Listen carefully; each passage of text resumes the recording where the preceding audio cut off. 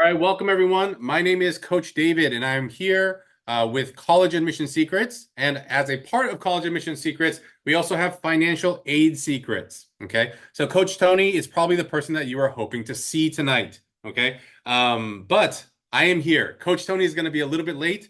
I did want to kind of make sure that everyone knows we are here to talk about financial aid. Financial aid is one of those things that's not really talked about when we talk about college admissions. Okay. A lot of people also assume that, well, hey, I can't get help, right? And so I'm here to kind of get rid of all of those rumors, all of that kind of misinformation out there so that families can save money. Okay. So let's go straight into our presentation here.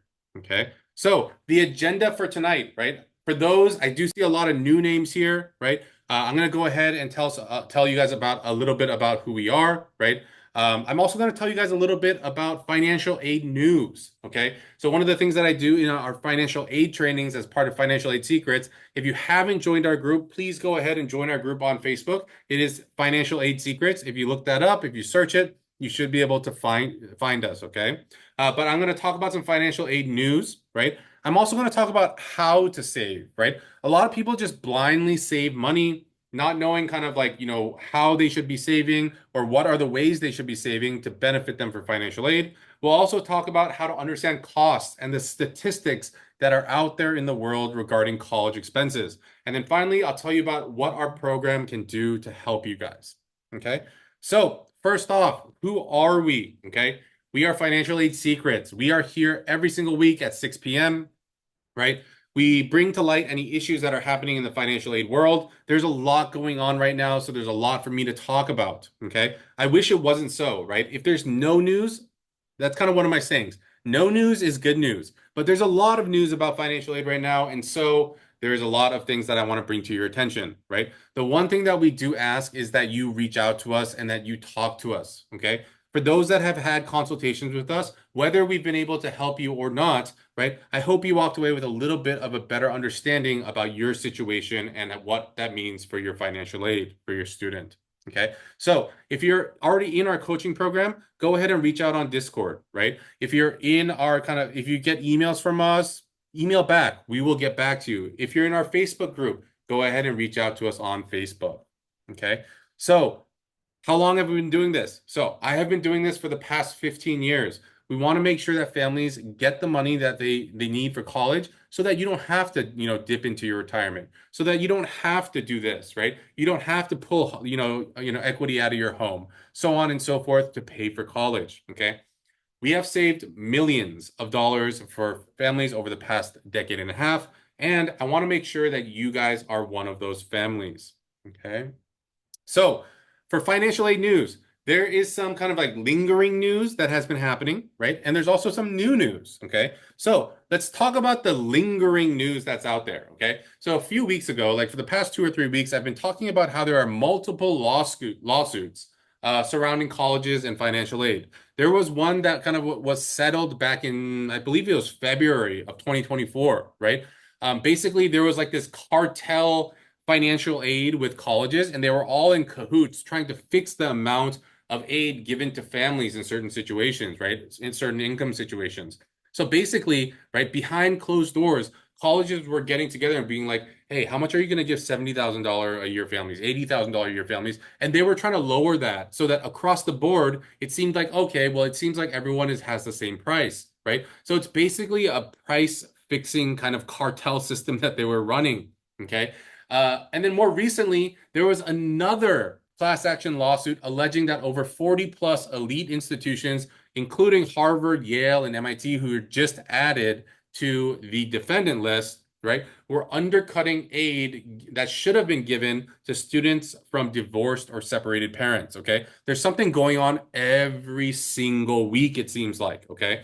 Now, something that I talked about last time, which a lot of people have been asking me about, so I think I should address it, is that as kind of like our kind of president-elect Trump was on the campaign trail, one of his kind of like big talking points was getting rid of the outdated and kind of like, to him, useless Department of Education. Okay. Now, do I think that's actually going to happen? I do not. Okay. It is kind of a department in the government that does more than just kind of like hand out loans and money. Okay. it actually funds, public schooling, right? Especially in kind of like lower socioeconomic areas. It also provides college funding for low-income students, right? So is it going to disappear? No, I don't think so, right? But are there things the president can do that are going to have an impact on families? Yes, there are, right? Such as defunding it. Okay. So what happens when a department is defunded? Well, they're just kind of sitting on their hands. They can't really do anything, right? So the Pell Grants are in jeopardy, but I don't see that happening right away, right? But we'll have to kind of see what happens. Okay.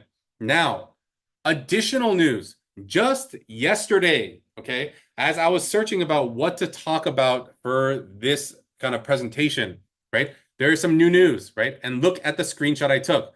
Penn expands financial aid for middle income families. Ivy League's Penn shakes up aid formula by excluding home equity, right? There's a lot like undergraduates, like for MIT, right? Undergraduates with family income below 200,000 can expect to attend MIT. I'm guessing that it says tuition free, okay? So they're getting sued left and right. They're paying multi-million dollar settlements to settle these cases, right? I think they're finally getting the kind of message that we don't want to be taken advantage anymore. We want to get the money that we want, that we deserve, and college should not cost literally an arm and a leg to go to.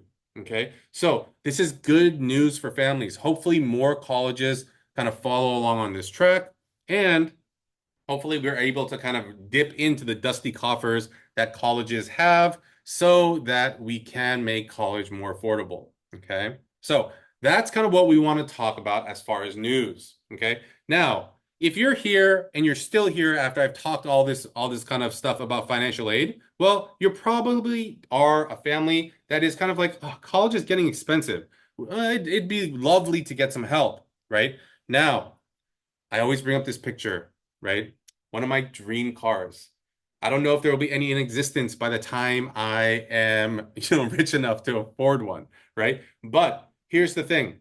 If you have one of these in your driveway, I probably can't help you, right? This is a two, three, $5 million car, depending on the quality of it, right? But if you don't have one of these in your garage, right, under kind of like lock and key, right, then I probably can help you. Okay. A lot of the families that come to me are like, well, I think we make a little too much. I don't even know what that means anymore.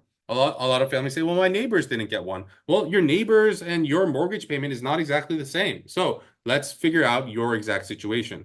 Financial aid is a situationally based program.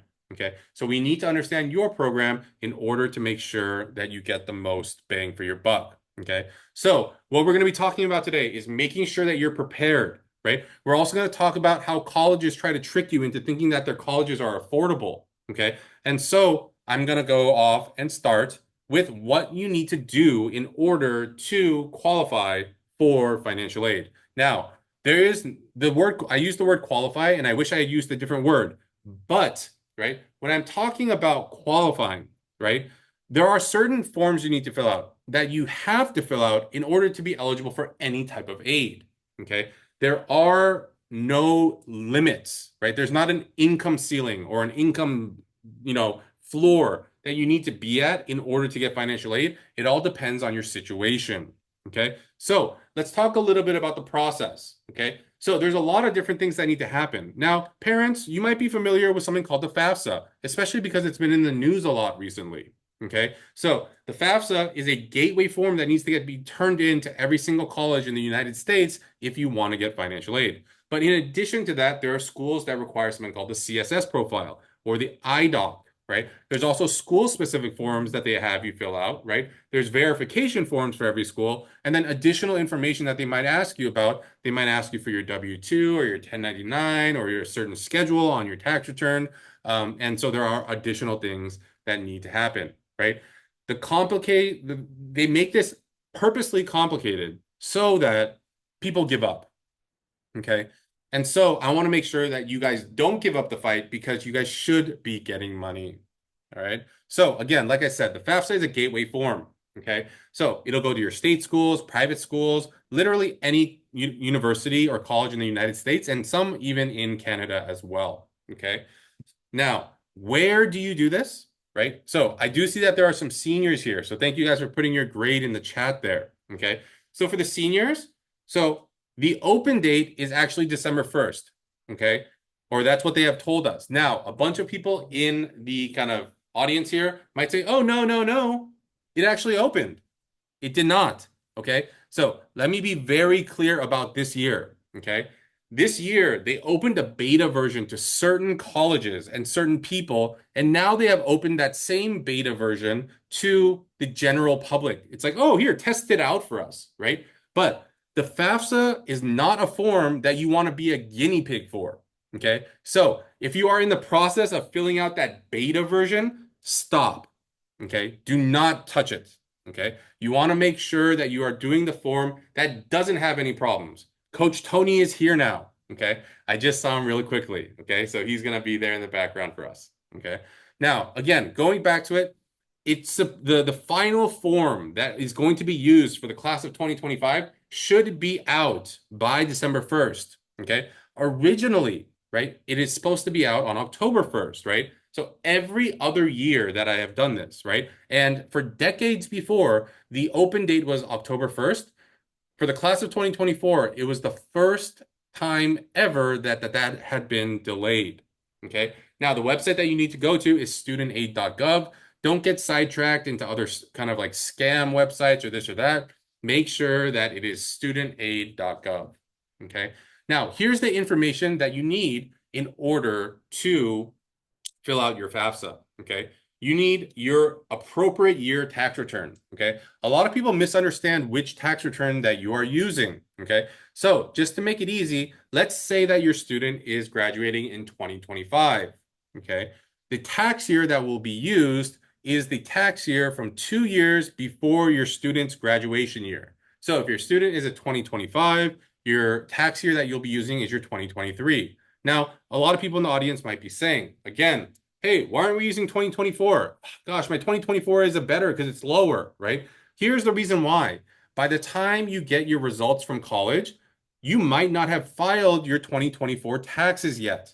Okay. So if the colleges need you to go ahead and turn in your documentation and all your forms in the fall, right? You're not going to have your next year's taxes available. The only tax return that you should have available is the one from the previous year, 2 years ago. Okay. You also need your social security numbers, right? Now, adults, you might remember yours, right? Students, they might not even know what their social security number is, right? So I want, like, if you are filling it out this year, I want to make sure that you guys are looking at your social security card or another piece of documentation that definitively tells us, okay? Now, a lot of people are like, oh yeah, well, my kids are on my tax return. That is not a definitive piece of documentation. And let me tell you why. I had a family that I worked with, right? For the longest time, they thought that their students' tax, like their social security number, was a certain thing. Little did they know, for the past 17 years, they actually had the social security wrong, off by 1 digit. Okay. When it came time to create their FAFSA account, I was like, I can't create a FAFSA account with your student's social, right? They're like, oh no, that's what we've been doing. That's their social. And I was like, I need you to get their social security card. They went into their, their pile of documents. They searched, high and low. They finally found it, and they're like, "Oh my God! For the last 17 years, we've been filing it wrong." Okay, so the only real piece of kind of documentation that will really tell you your social security number is your social security card. Okay, you will also need an email that you regularly check and a phone number, right?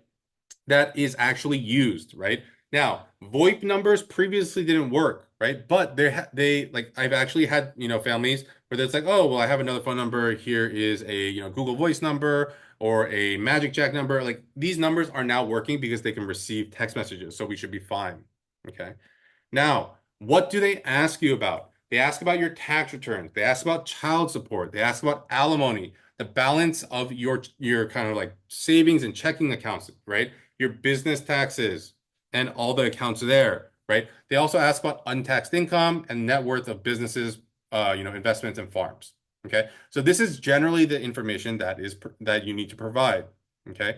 Now, I wanted to run through the form really quickly. Now, the new form might look a little bit different, right? So if there's people that have been going through the beta form, right? It might look a little bit different, but generally these are still the same questions that should be asked. I haven't heard anything to the contrary of the questions being changed. Okay, so they're going to ask who is doing this, right? So this is from my own personal FAFSA account, right? So, they ask, are you the student? Are you the parent, right? They'll ask you, your legal residence. They'll also ask you to go ahead and provide consent and approval. If you do not do this piece, you will not be eligible for any federal student aid. Now, for some families, providing the consent isn't a problem, right? For others, no, they have security concerns, right? So if you want to be eligible for federal aid, you do need to turn it in, right? You should also check with the policies of your school to see if they will accept your financial aid documents without this. Most of the schools I have found will not accept the forms unless you provide consent. So this has become almost a requirement, okay? They're also going to ask about your personal circumstances, what's your marital status, right? What are your college plans? Like, have you already finished one bachelor's? They'll also ask about kind of like if you're a veteran or a ward of the court or homeless, these sorts of things, right? And they'll also ask about demographic information. This is all for survey purposes. So they'll, ask about that, ask about your kind of, your kind of like ancestry and origin, right? And then they'll go on to be like, okay, so are you a kind of US citizen or national, eligible non-citizen, or neither US citizen nor eligible non-citizen? Now here, right, obviously, if you're born, you have a social, right, you're here, right, US citizen. Eligible non-citizens, a lot of people kind of misunderstand this, but if you do have an alien registration number, right, and you have a permanent kind of like, residency in the United States, right, then you are eligible for financial aid. I know a lot of families that are not US citizens that are like, oh, well, we're not going to get anything. And I'm like, wait, but you've been living here for 25 years. Looks like you have, a permanent residency. And they're like, oh, my friends told me that we couldn't get it. Your friends are not in the same situation as you. The one piece of information that you take away from here is that you should not listen to anybody else's experience. They only have one or two of them. I have over probably close to about 12,000 experiences with different families telling them exactly what happens in certain situations, right? So I have seen it all, okay? And then neither US citizen nor eligible non-citizen. There are some schools that that have international students turn in these forms. And also there are DACA recipients that wouldn't be necessarily in either category, okay? They'll also ask about parents' education level. They'll ask about your high school completion status, any kind of like social welfare programs that you're on, right? They'll also ask about your tax filing status, right? So if your student did work, but they didn't file taxes, then obviously it's a no. If they did file their own taxes, then that's fine, right? If you added it onto your own taxes, then the student did not file a 1040, right? You filed a 1040 with that income attached, okay? Now, the number in college, right? So they're going to ask about the certain time frame and who's going to be in college at that time. They'll also ask you to add in colleges, okay? Now, if you actually see here, it says 0 out of 20 schools, okay? So you're only allowed to add 20 schools at one time. Now, a lot of you might be thinking, 20, that's a lot, right? But it's actually not if you actually think about it, okay? So I'm based in California. A lot of our families are based in California, right? So let's say that your student's applying to the UCs and they're applying across the board in all of them, okay? So that's 9 already, right? Let's say you're applying to, 2 or 3, CSUs as well. That's already 12, right? And then let's say you apply to, 6, 7, 8 private schools. You're already at 20, okay? So last year, I think our record's going to get beaten this year by another student that is applying to schools. But last year, I believe our student that applied to the most schools applied to 43. So what do you need to do if you have over 20? Well, you have to turn it in once, and then you have to wait until it gets processed. And then you have to go in, take out the 20 schools, add the other 20 schools, and wait. So for that particular student that applied to 43 schools, I had to go back and do this 3 separate times because he had 43 schools. So I did 20, 20, and then 3. Okay. So just keep that in mind for your student as well. Okay. So let's also talk about the CSS profile. A lot of people are like, what is that? Right? They haven't heard about it before. They've heard of FAFSA before. And especially if you went to a state school, in whatever state you're going to, you probably might not have heard of this ever, right? But the CSS profile is the college scholarship search profile. It's used by 400 colleges, okay? It is run by the College Board, as you can see from the website down below. It is cssprofile.collegeboard.org, okay? So this specific form is to see how much money you can get from the particular institution that you're applying to, right? Again, a lot of people don't know about this. So colleges, well, they're kind of like, well, yeah, well, if you turn it in, great. If you don't turn it in, great too, because, well, we don't have to give you anything then, right? So this form, I usually kind of explain it as the FAFSA on steroids, okay? And that's literally what it is, because take a look at what you need to do. But before we get there, I want to make sure that you understand how to make an account, okay? Now, there's a question in the Q&A here that I think I should answer before we move on, and it's, do you fill out the FAFSA as a parent and as a student, essentially filling out the form twice? So yes, the student will need to fill it out on their account, and then a corollary form will need to be filled out on the parent side, right? Because the student technically doesn't have any information about their parents, right? They don't have their tax returns. So the student will fill out their information, the parent will fill out their information, and then they will be matched together, okay?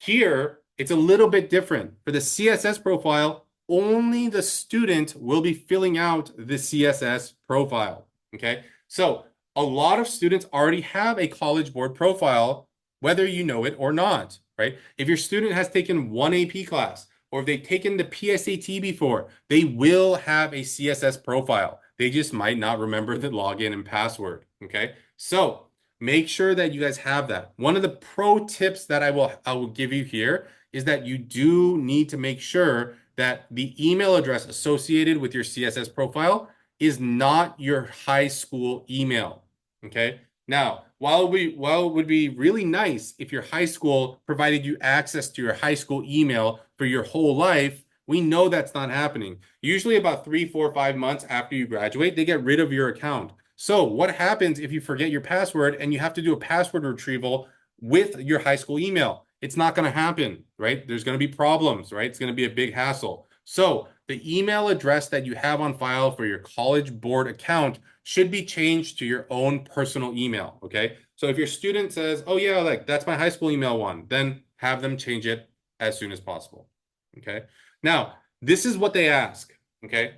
They ask very similar things to the kind of FAFSA, right? But there are so many more categories here. And within each of these categories, there's 4 to 8 questions, and then there's subsections, okay? So the FAFSA has been simplified to about 55 questions. The CSS profile has about 260 questions that you have to answer, okay? There are more places for you to mess up, okay? So you have to be careful as you're filling this out, okay?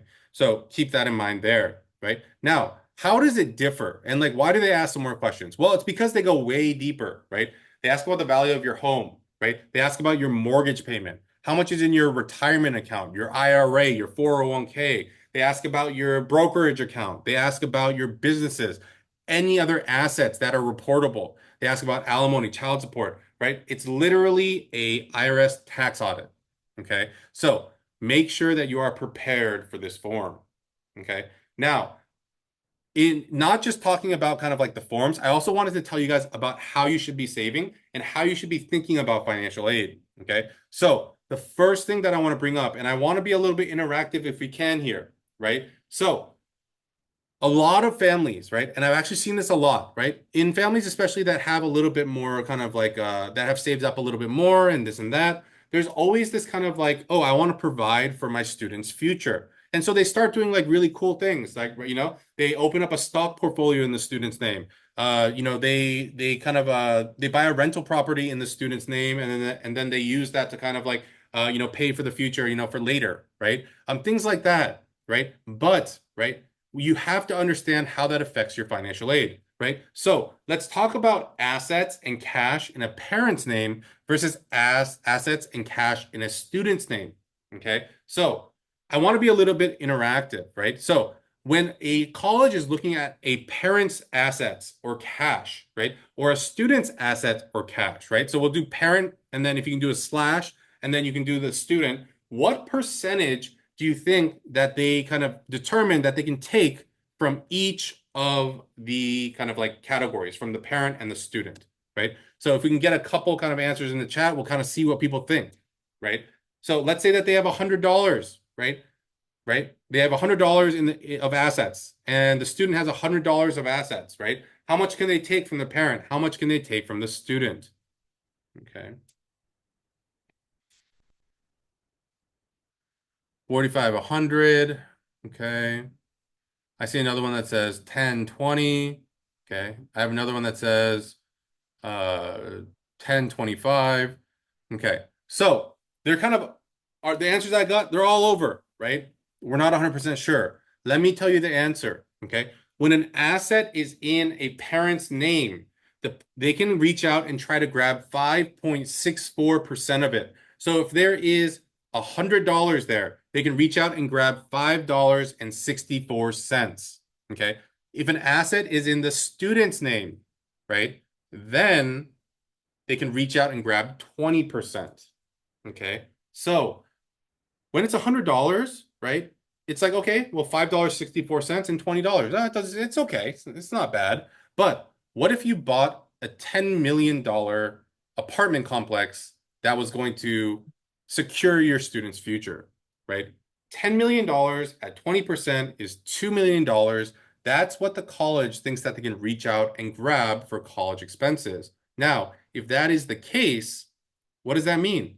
You've already paid for college yourself. So, what is the moral of this story? Yes, we love our children, but we want to make sure that we can save money on college because if we can save, why not? Okay. So, you want to make sure that things are in your name, parents' name, not the students. Okay. Now, another thing that I also want to talk about are 529s, right? Now, can I just get a show of hands here, right? So if you have a 529, can you put a 1 in the chat?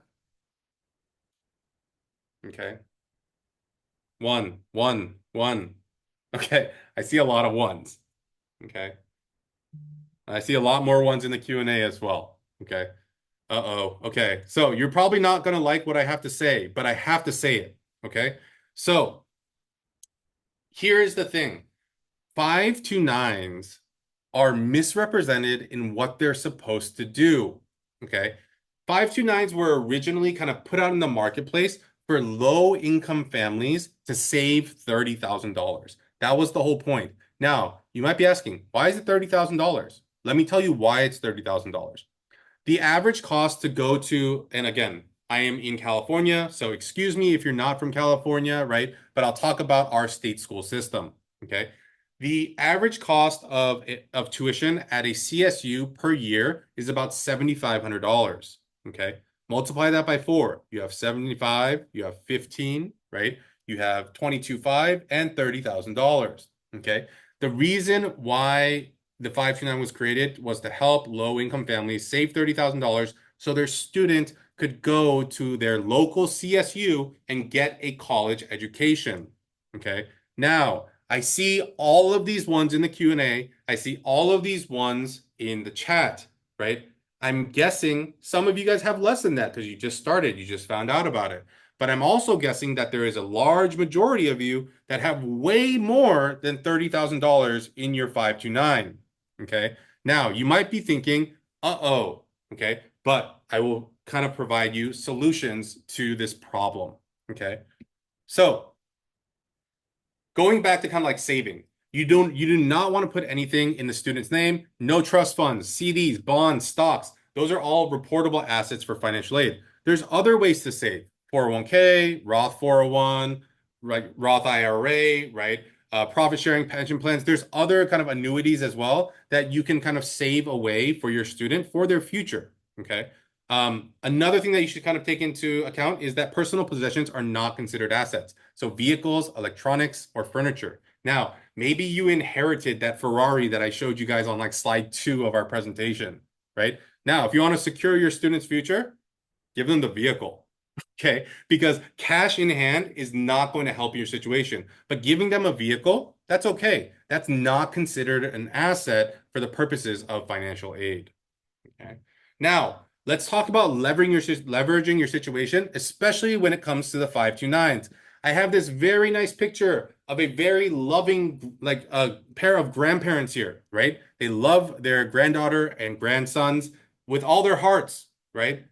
here is something that you can do that will materially change your financial aid situation if you have a large lump sum of money sitting in your 529. Okay.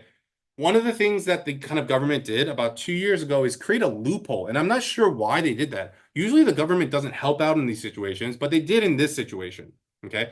And what they did was that they created a loophole where grandparent held 529s are no longer considered assets for the purposes of financial aid. Okay. So what does that mean? Well, parents, if you have a 529 and you are the custodian, right, and the student is the beneficiary, if the custodian changes to be the grandparent, that, I don't know, $80,000, $90,000, $100,000, $500,000 for some families in your 529 will no longer count against you. Okay. Now, the 529, you guys might be hearing, like, you guys are kind of hearing me kind of say bad things about it. Okay. Now, the reason why I'm saying bad things about it, it might be clear to you and it might not be clear. But here I will give you a very simple example. When a college knows that you have a 529, they're going to ask you how much is in it. So for ease, let's say that you have $100,000 in your 529. What the college does is they automatically look at that $100,000 and divide it into 4 chunks. Okay. And it's like, oh, well, every year of college, you can spend $25,000. But let's say the college was going to give you $30,000. Okay. All right. So now they don't really need to give that to you because you have a 529 with $25,000 a year in it, right? So now they're only going to give you $5,000. So your 529 that was made to help you pay for college and prepare you to pay for college instead has taken $25,000 of your hard-earned money and taken it off the table. Okay. So that is why I badmouth the 529. Okay. Now, is it a good kind of like saving vehicle for certain families? Yes, I do think it is. But for most families, it doesn't really make sense. Okay. So keep that in mind there. Right. And I do see all the questions coming in, so I'll make sure to get to those later. Okay. Another piece of advice that I have is this, right? On your CSS profile, if you are filling it out and the colleges require it, one of the things that they're going to ask you about is the value of your home. Okay. Now, I know everyone is like really like proud to say like, oh yeah, like my house value is now like 1.6 or it's at 2.2. I live in California. Every house is $1 million. Yeah, of course. But is that the kind of like equity that you want to show colleges that you're sitting on when you're doing your financial aid? The answer is no. So the kind of value of your home is not the Zillow estimate, right? It's not the Redfin estimate of your home. It is the amount that you pay property tax on. Okay. So if you bought your house 50 years ago and you paid, I don't know, $87,000 for it, right? Of course, the value of your home goes up every year, but it doesn't jump to market rates. So if they ask about the value of your home, you should be doing it on the property tax amount that is given to you by your county assessor. Okay. It's another really big piece. It's the difference between kind of like sitting on $600,000 versus sitting on 1.2, 1.5, $1.8 million. Okay. So keep that in mind there. Okay. Now, there's also situations that happen in our lives that change our kind of ability to get more financial aid or we might get less. Okay. So one of the things that I do want to talk about is that I hear about all the time is independent students. Okay. So a lot of parents come to me like, oh, my student, like they're working now, they work 20 hours a week, they're paying their own rent, they're independent. Yes, they might have flown the nest, right? And they might have gotten out of the home, but for purposes of the financial aid, right, they are not considered independent. Okay. So let me give you the kind of criteria that is needed in order for someone to be considered a independent student. Okay. This is kind of analogous to the kind of like situation where like someone can sign up to go to the army at 18, but they can't have a beer until 21. Okay. So same thing here. The only time a student can be considered independent for the purposes of financial aid is they are married. Okay. They've already finished college, but then like if they are already finished college, then like doesn't really matter, right? They are a veteran, right? Or a current member of the armed forces, right? An orphan, a ward of the court, which means that they're basically being taken care of by the government, right? The student has legal dependents, right, that they file taxes on, or they are an emancipated minor. Okay. Now, to be honest with you, the easiest one out of all of these is probably to get married, right? It's just the document that you turn into the county clerk, right? But how many of you want your high school students that are heading off to college to be married? I don't think not many families would want that. Okay. So this usually is off the table. Okay. Now, other changes that can happen, right, that can affect financial aid, a change in family size. Maybe you guys have another kid, right? Change in household income, up or down, right, will affect your financial aid. A change in enrollment. This one is one that a lot of people don't understand, right?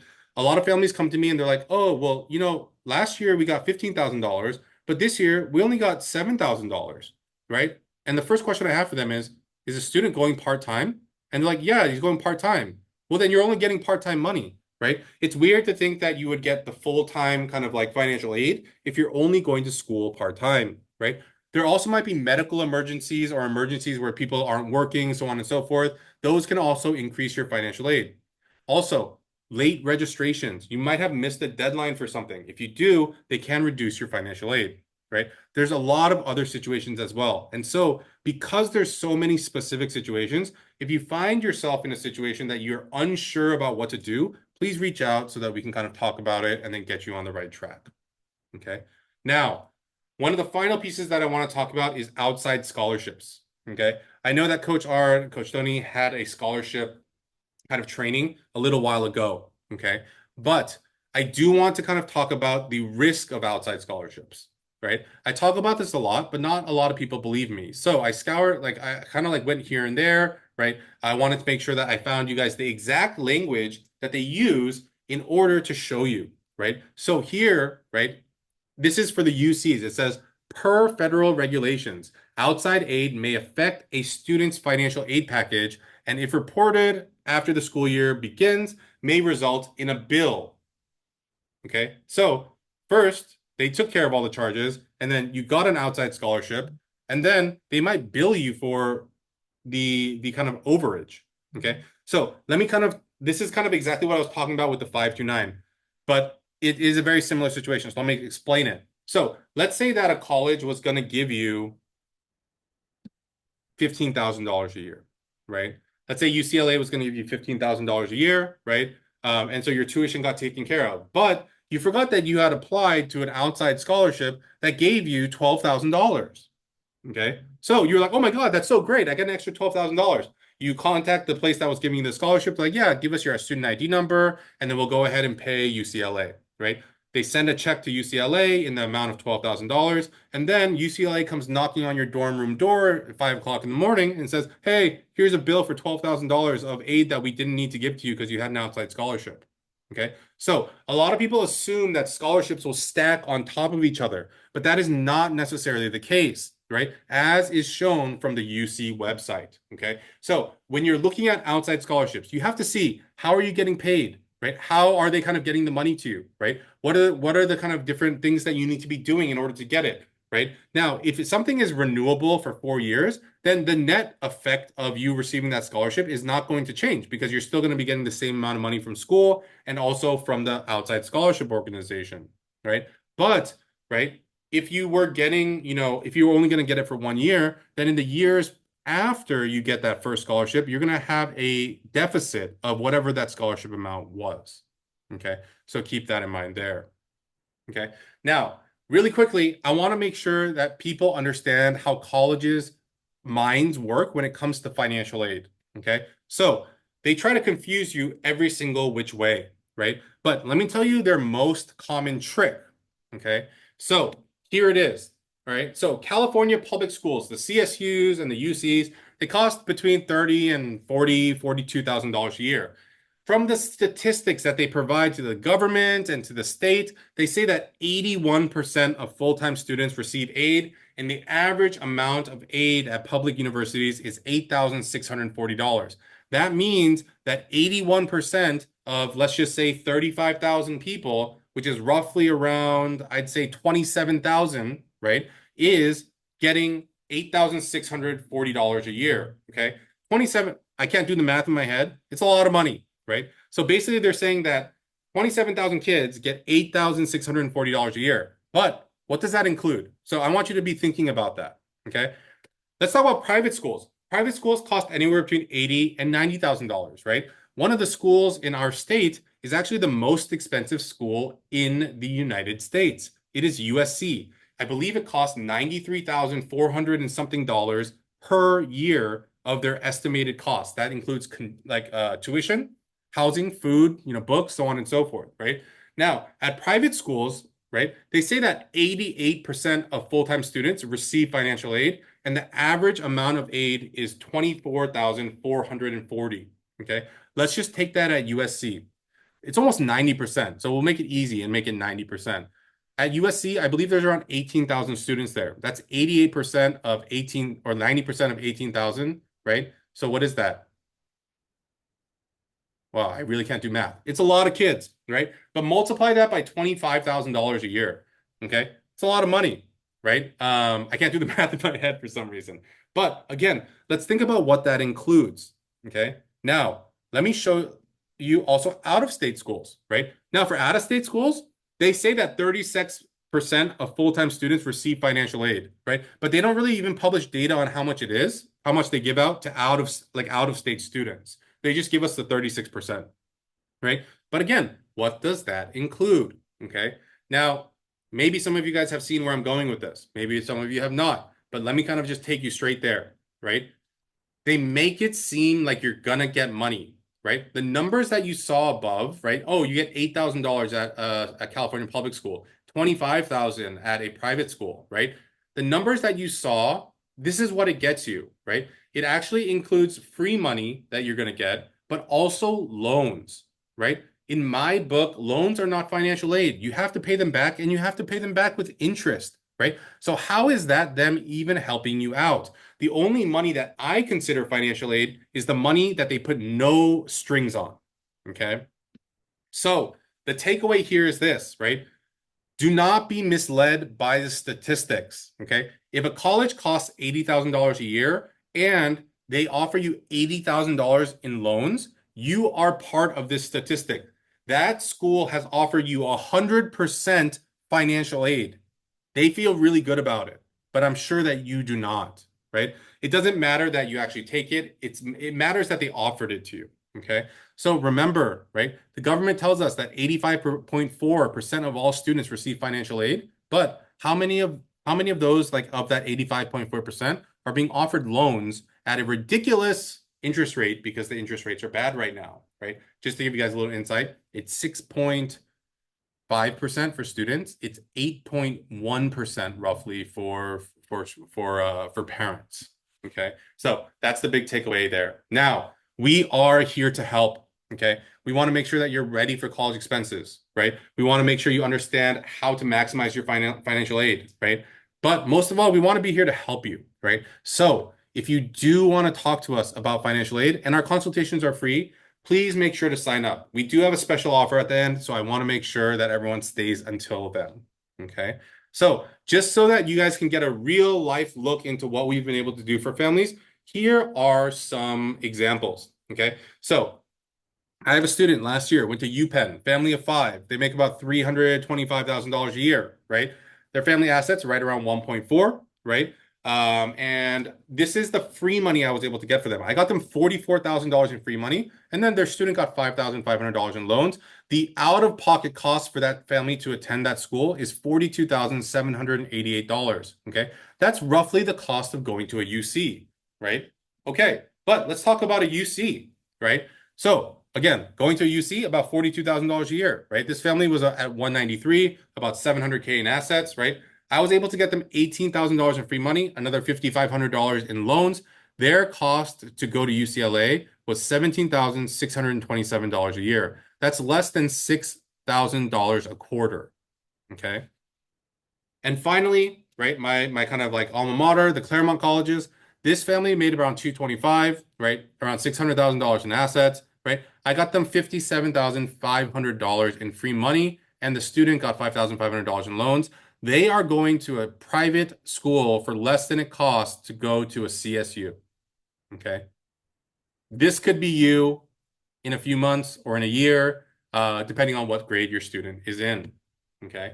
So Again, if you don't like money, well, I'm not sure why you're here either, right? But if you don't like money, don't sign up. But if you do want to, Coach Tony has put a phone number in the chat there. You can also take a picture of this QR code or scan this QR code, and it will also take you to our booking link so we can set up a short conversation so that we can talk about your situation.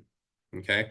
Now, really quickly, for those that are here today, right? So don't wait on signing up. Please sign up ASAP, right?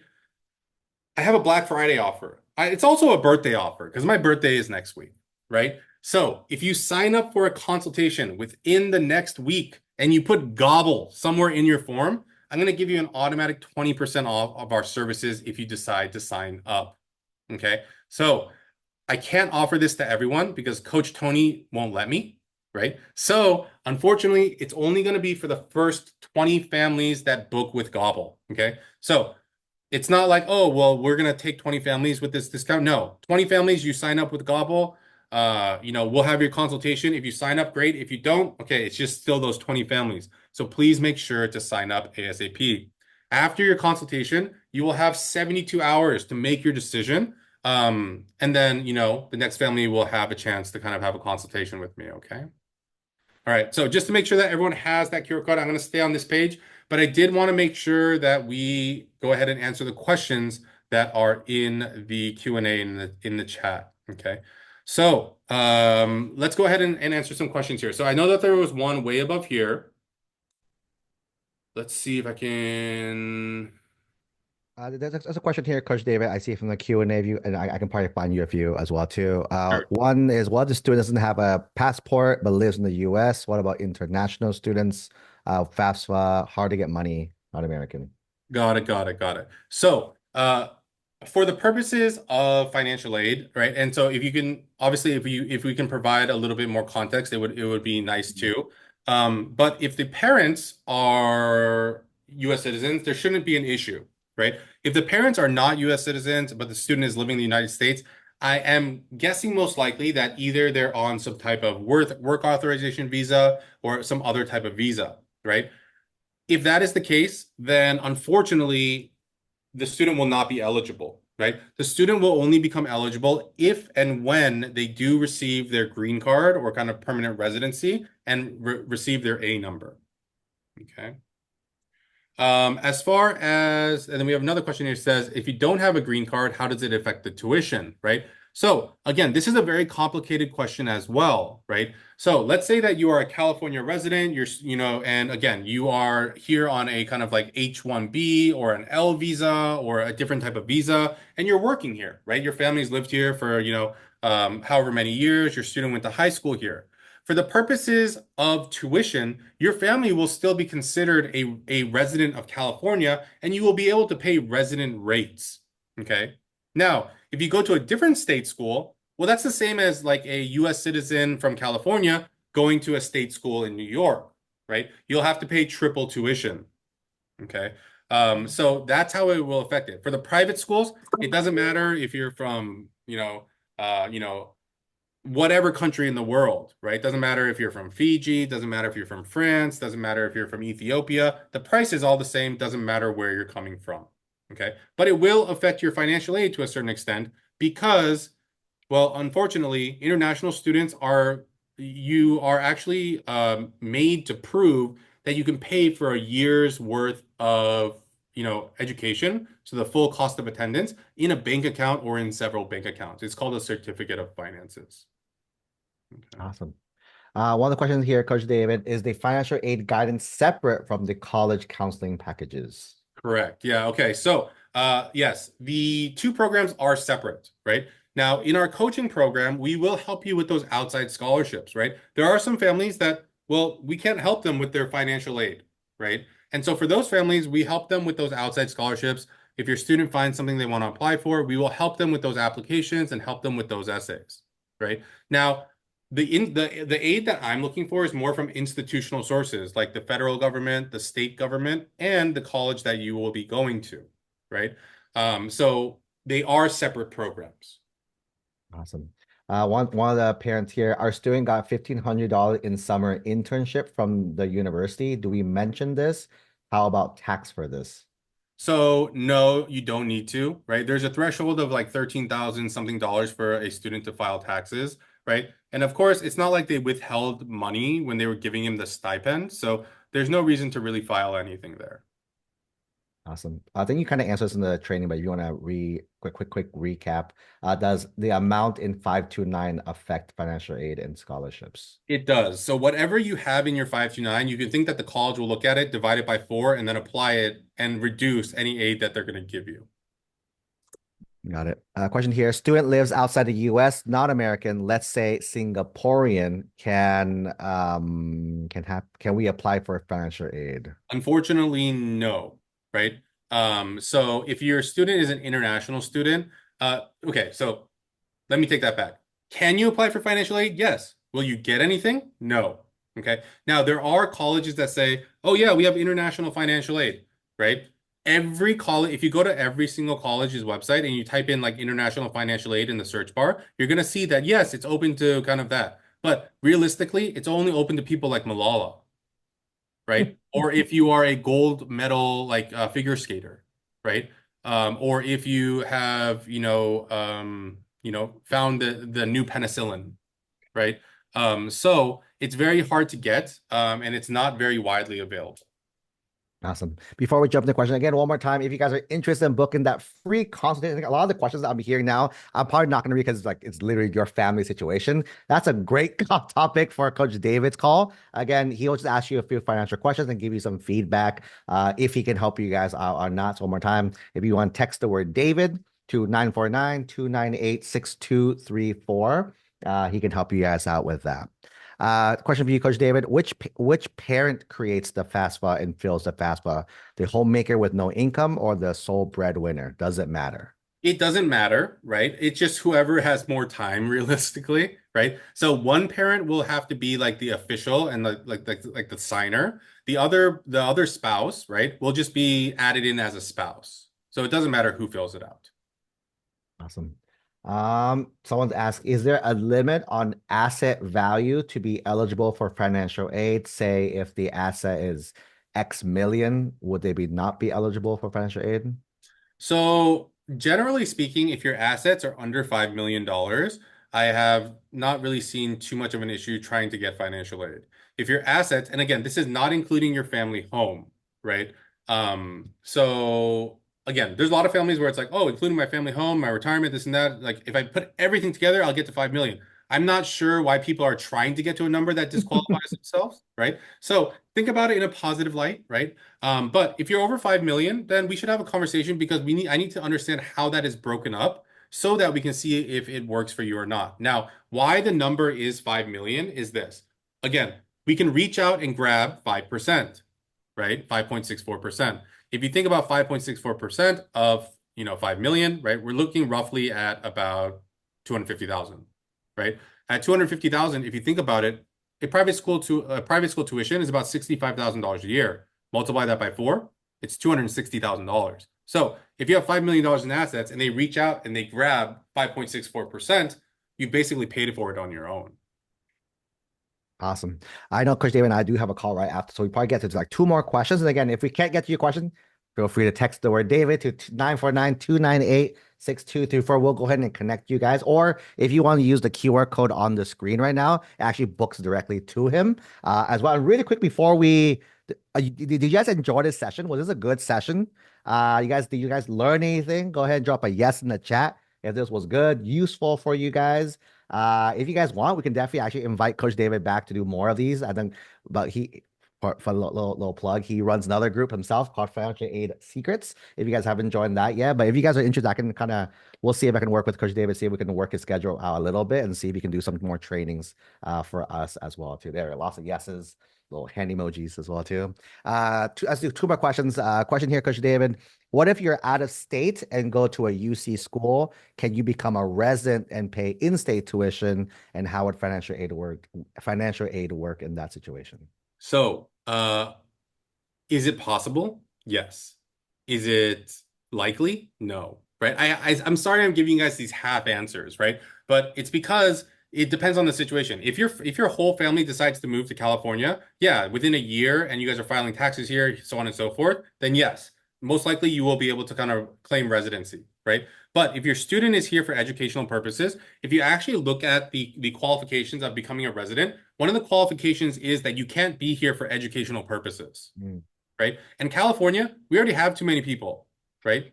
They don't want any more, right? But Wyoming wants you, right? Arizona wants younger people, right? Texas wants younger people. So there are states where they have made it easier for people to gain residency. Awesome. And we'll probably end with this question. Again, so again, if we don't get to it, apologies about this really awesome call. Again, go ahead and book a call. Talk to Coach David directly. He's again a great resource for all of our families there. Um, Last question here. Does outside merit scholarships care about how much money does the kid or parents have? So it depends on the scholarship. Some are totally just merit based, right? So based on what your student has achieved, right? Others there are a lot. I'd probably say like maybe 50 to 60% of scholarships have a requirement that your family is considered low income. Right now, low income is a very kind of like broad term that can encompass so many different things, right? Low income in California, like where I live, realistically, if you make $100,000, you're considered low income in the Bay Area, right? But $100,000 and you're living in North Dakota, you're doing okay, right? So, yes, they do look at kind of income and kind of family financial status, but there are also other ones that are just purely based on your merit as well. Awesome. Fantastic. We do have to wrap up. Apologies for everyone who we couldn't get. We had a lot of questions on this one. So I definitely we might bring Coach David back for our part two, part three, part four of these as well. But really quick in the chat, if you guys are interested, again, Coach David, a little pre-birthday gift, little Thanksgiving gift. If you guys are interested, text the word David, David, to the phone number 949-298-6234. Or text the number that got you here. We probably text you to get here. Text that number back. We can connect you with Coach David. If not, there's a QR code on the screen. You can book directly with him as well. He can definitely help you guys. Again, a lot of these questions it depends because just like college admissions, right? It depends on your exact situation. So in a one-on-one call, he can kind of ask a few more questions and then give you some more clarity there. Any closing words, Coach David? No, thank you guys for joining me today. And again, I'm happy to talk to you guys. So please book that consultation so we can talk about your situation further. Awesome. Perfect. Cool. Thank you everyone for joining. I'll see you guys on the next one.